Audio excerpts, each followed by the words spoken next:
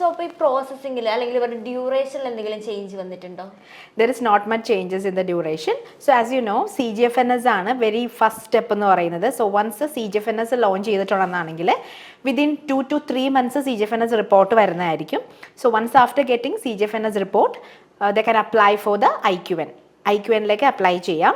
And within ഒരു 3 to 4 months ആണ് ഇപ്പോൾ അറ്റ് പ്രസൻറ്റ് നഴ്സിംഗ് കൗൺസിൽ പറയുന്നത് കേസ് മാനേജർ അസൈൻ ആവാൻ വേണ്ടിയിട്ട്.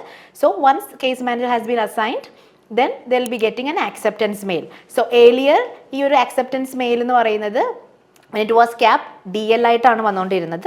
And now under the new update like ഈ ഒരു competence assessment examination the first step എന്ന് പറയുന്നത് IQN ആണ്. സോ ഈ ഒരു theory examination for the internationally qualified നഴ്സസിനായിട്ടുള്ളത് അത് ബുക്ക് ചെയ്യാനും ഒരു എക്സാമിനേഷൻ ഡേറ്റ് ബുക്ക് ചെയ്യാനും with the service providers accredited അതിനുള്ള ഓപ്ഷൻ ആയിട്ടാണ് ഈ മെയിൽ അവർക്ക് ഇപ്പോൾ വരുന്നത്.